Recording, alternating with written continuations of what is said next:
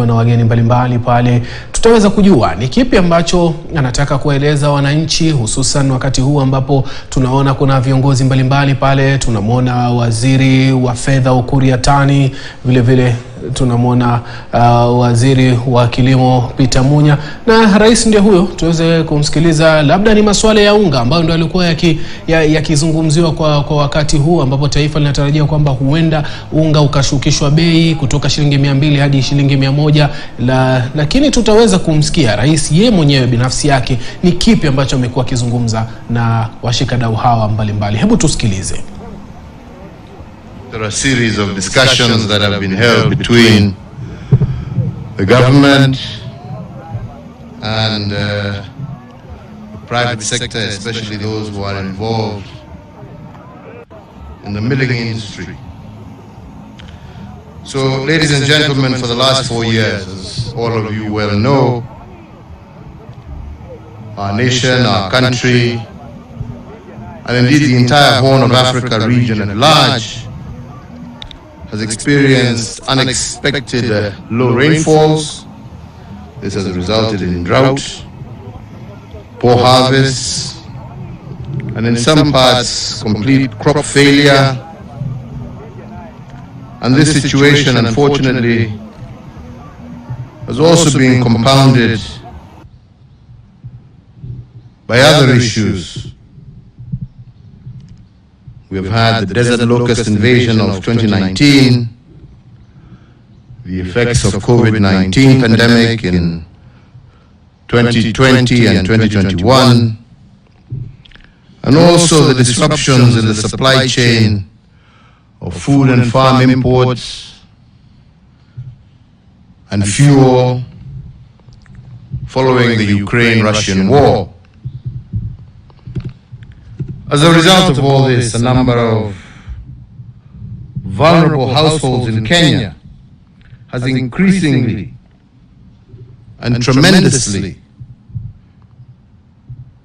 been affected, and the cost of basic food items has risen beyond the reach of many of our families.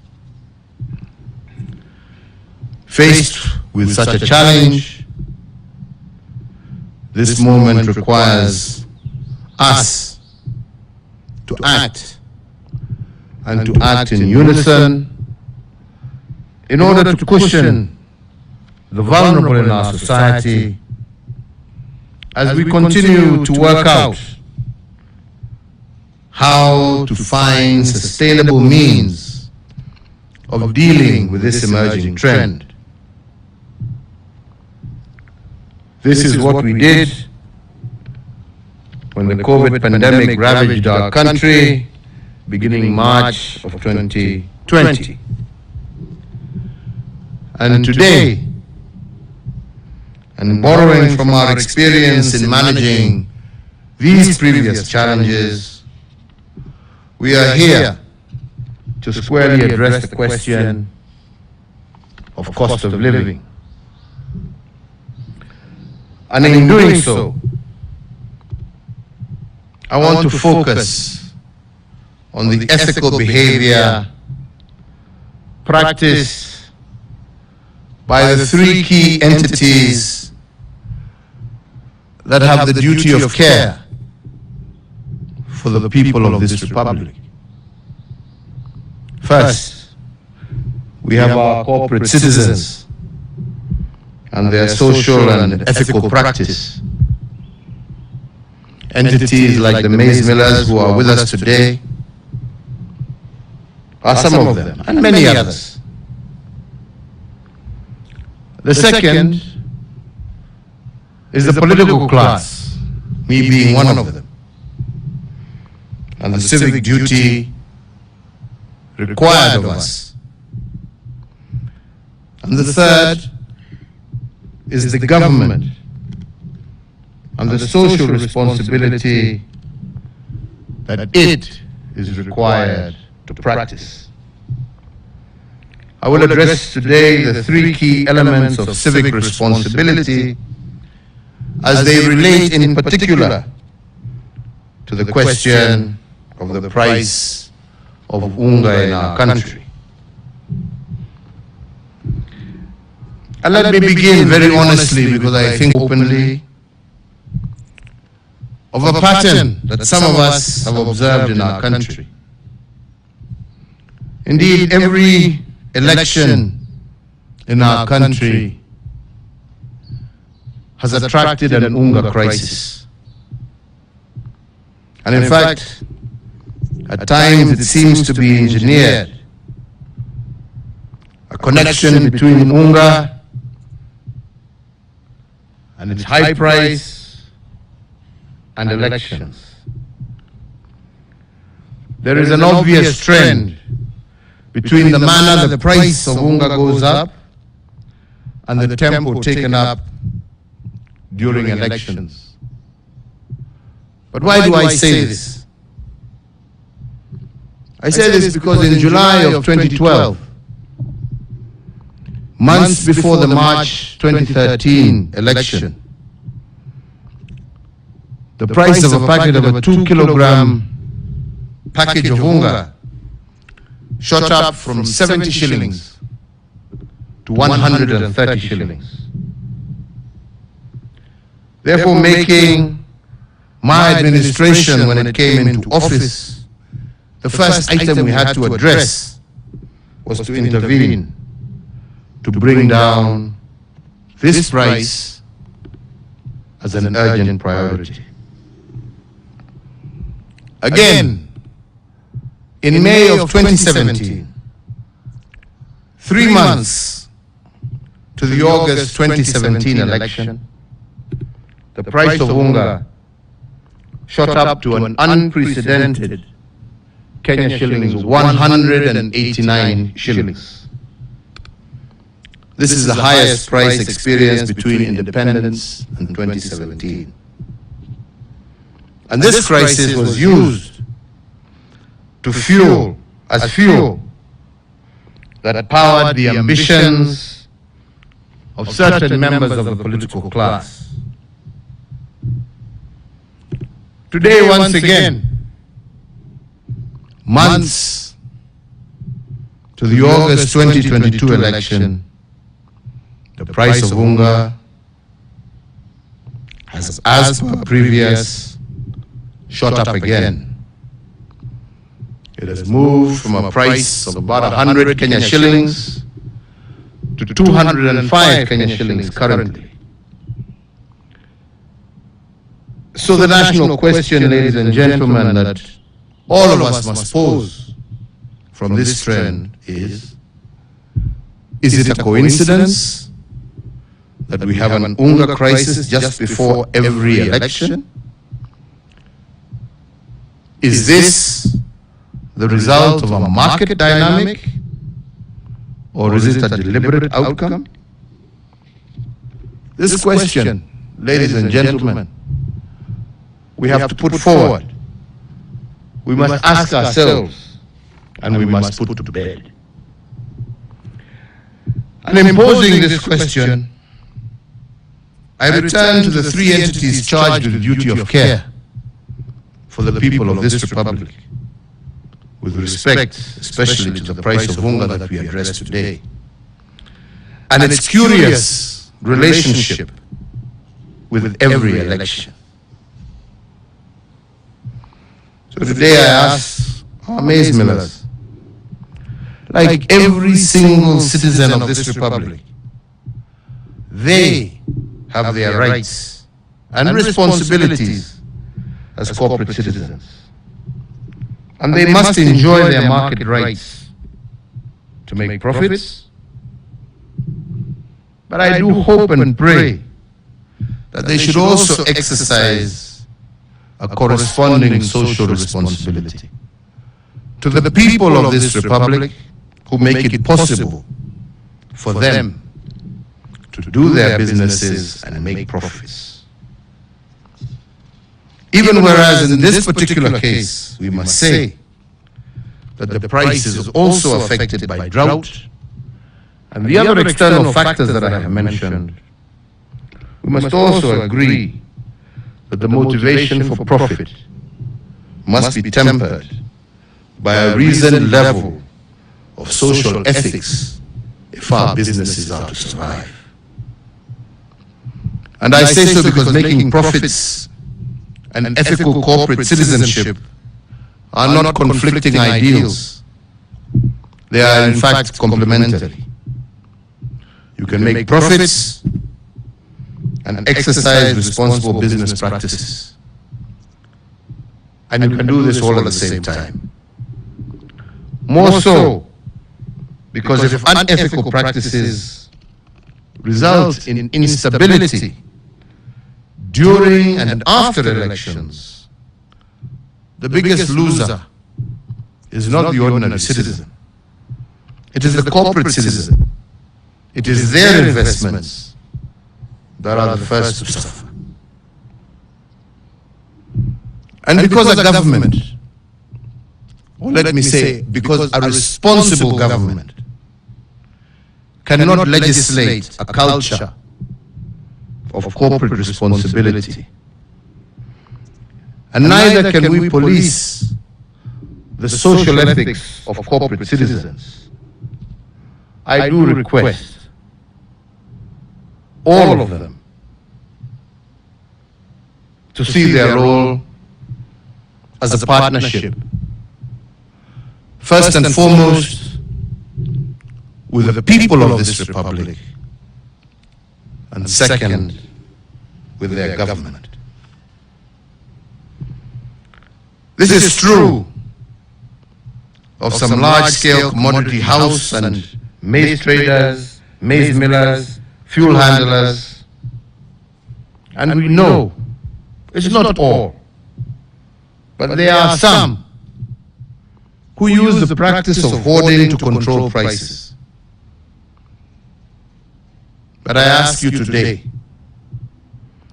if hoarding results in increased prices to unaffordable levels and results in consequent instability, I once again reiterate that the damage is highest on corporate citizens, and this is a fact that we have seen in many countries. But fellow Kenyans, it is not just our corporate citizens. It is also us in the political class, and how we manipulate this so-called Unga crisis every election in an attempt to gain political mileage.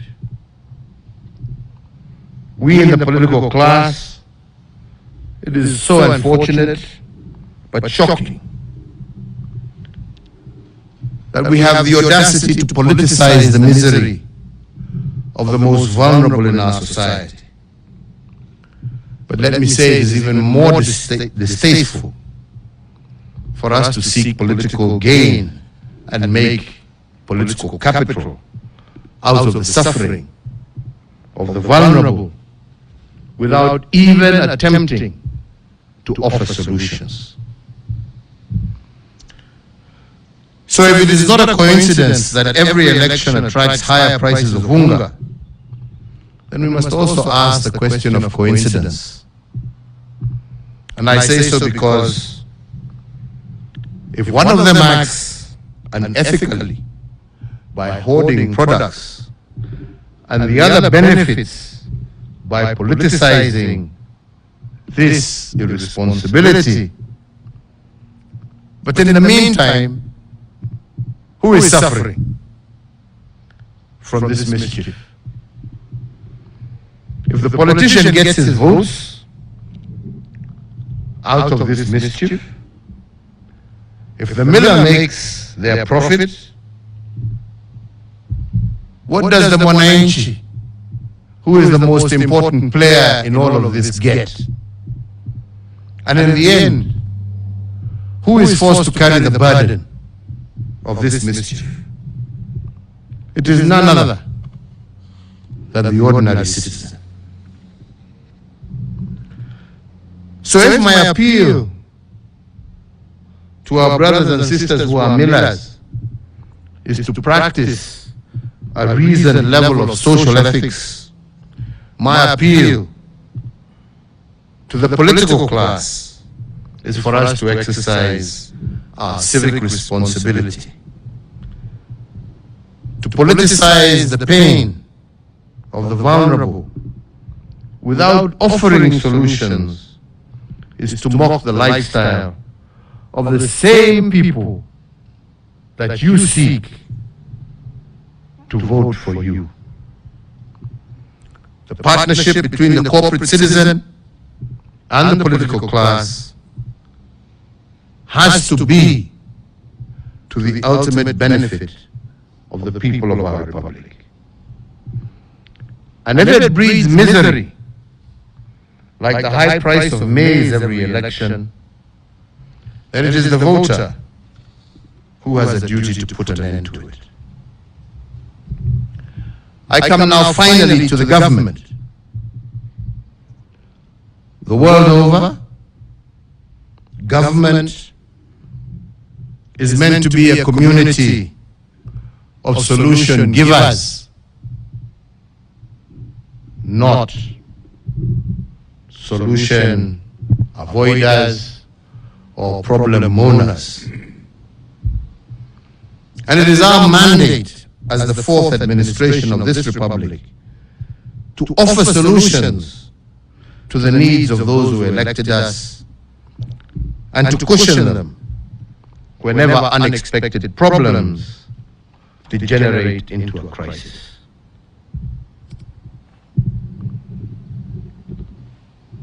Despite the cries of some with whom we were elected together to solve problems, the record is very clear that the administration that I have led has done relentlessly, with or without elections, our duty. And why? It is because the mantra of my administration is that in the fog of a crisis, it is always our view to view the crisis not just as a danger, but to look for the opportunity that exists within that crisis. And we have cushioned our people from danger, but pointed out to them the underlying opportunity. And in this, we have a track record. In response to the economic shocks occasioned by COVID-19, for instance, my administration moved fast to implement 3 economic stimulus packages. The first 2 packages were designed to ensure that our economy endured the shocks occasioned by the lockdown measures implemented in the early stages of the COVID-19 pandemic. The first stimulus package lowered various tax regimes, lowered the central bank rate, CBR, to 7.25 from 8.25, so as to prompt commercial banks to lower interest rates applicable to their borrowers, and thereby availing the much-needed affordable credit to micro, small, and medium-sized enterprises across our country. To support this, we also lowered the cash reserve ratio, and this unlocked cash amounting to some 35 billion shillings to commercial banks, and this stimulus package put an additional 176 billion back into the pockets of Kenyans. Additionally, because we tend to forget these things, we temporarily suspended the listing with credit reference bureaus of any person, micro, small, and medium enterprise, and corporate entity whose loan account had fallen overdue or was in arrears. The second stimulus package, whose tenet was the 8-point program, revitalized the productive sector, by 56.6 billion Kenya shillings. One of the most celebrated initiatives of this package was the Kazi Mtaani, which was meant to cushion our young people from COVID-related unemployment. The program has so far gainfully engaged up to 1 million youth, deployed in infrastructure improvements, in public hygiene, and it has created opportunities for young people to start new businesses. Having secured significant progress in the containment of COVID-19, in October of 2021, I announced the third economic stimulus package that was positioned to shift our focus from surviving COVID-19's social economic vagaries to building back better. The Kenya shilling 25 billion stimulus package was designed to accelerate the pace of our economic growth and to sustain the gains already made. The third economic stimulus package pushed the aggregate of our total stimulus to Kenya shillings 257 billion shillings. This package focused on the key productive service sectors that covered education, agriculture across all cash crops, health, energy, petroleum, drought response, infrastructure, financial inclusion, as well as environmental conservation. Ladies and gentlemen, whether we like it or not, whether we report it or not, no other country in our region or even in our continent implemented such a broad and robust economic response to COVID-19 and the need to turn tragedy into opportunities. And for those in doubt, there is testimony. The outcome of the interventions are manifest and vivid for all to see. A historic tax collection of Kenya shillings 2 trillion for the financial year 2021-2022, when everybody expected that there would be a massive downturn. The fourth stimulus package focused on subsidies. The first one is the petroleum subsidy, to offer relief to household budgets. We have, over the last year, granted and maintained a fuel subsidy amounting to over 118 billion Kenya shillings. Without this state intervention, the pump prices today would be 193.64 shillings for diesel, Kenya shillings 209.95 cents for petrol, and Kenya shillings 181.13 for kerosene. And this is in Nairobi. The price would have been much higher the further inland you went.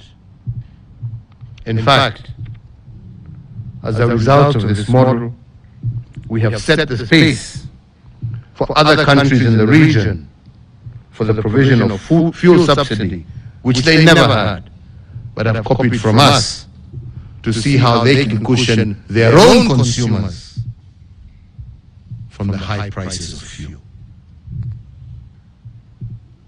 The second set of subsidies was aimed at bolstering food production, and my administration announced a 5 billion fertilizer subsidy program, which has reduced the cost of fertilizer from Kenya shillings 6,000 to an average of Kenya shillings 2,800. Earlier this month, the government also suspended fees and levies that include KEFIS and KEBS testing fee, inspection fee, permit fee on all imported maize grain and raw materials for animal feeds for a period of 4 months with effect from 1st July 2022 to the 31st of October 2022. The fact that drought and other reasons beyond any human intervention should not be used to blame government. And so lastly, to build on this momentum, as well as being led by empathy and understanding and our desire to cushion our population from the rising cost of living, today my administration wishes to implement a 5th stimulus program focusing primarily on the Unga crisis. I note with regret and sadness the impact that it has had for a 2 kg pack of maize meal to remain out of the reach of many, as it currently retails at approximately 205 shillings. And as a consequence of this continued escalation in food prices, today we announce a fiscal measure focused on food subsidy as our 5th stimulus program, covering the supply and distribution of our nation's staple food, which is maize meal, across our country. My administration has been engaging for the last few days with all milling companies registered by the Agricultural Food Authority, and as a consequence issued a legal notice under the hand of the Cabinet Secretary for the National Treasury. And through this notice, and effective immediately, number 1, the railway development levy on all imported maize shall stand suspended. Number 2, the import declaration fee, IDF, on all imported maize is also hereby suspended. Number 3, maize flour shall retail across the entire territory of the Republic of Kenya at the price of Kenya shillings 100, down from Kenya shillings 205 for a 2 kg packet until otherwise directed. This program of a subsidy of approximately 105 shillings per 2 kg pack of maize meal is meant to lower the cost of living for vulnerable households as we look for a sustainable solution to the recurrent rising prices of Unga every election. I want at this juncture to take this opportunity to thank, first and foremost, all the millers, with some of their representatives here, for being caring citizens, for understanding and for realizing the need for us to work together in order to ensure that our citizens are able to live within their means. Asante sana. Thank you all very much. Shukran sana. Thank you. Thank you for that. So, ladies and gentlemen, allow me to conclude by re-emphasizing the need for both corporate citizens, the political class, and government to exercise high civic responsibility. And to this end, I invite all of them to join the community, not of mourners or grumblers, even when you serve in government. But I ask you all to join the community of solution givers, for this is where the future of our country lies.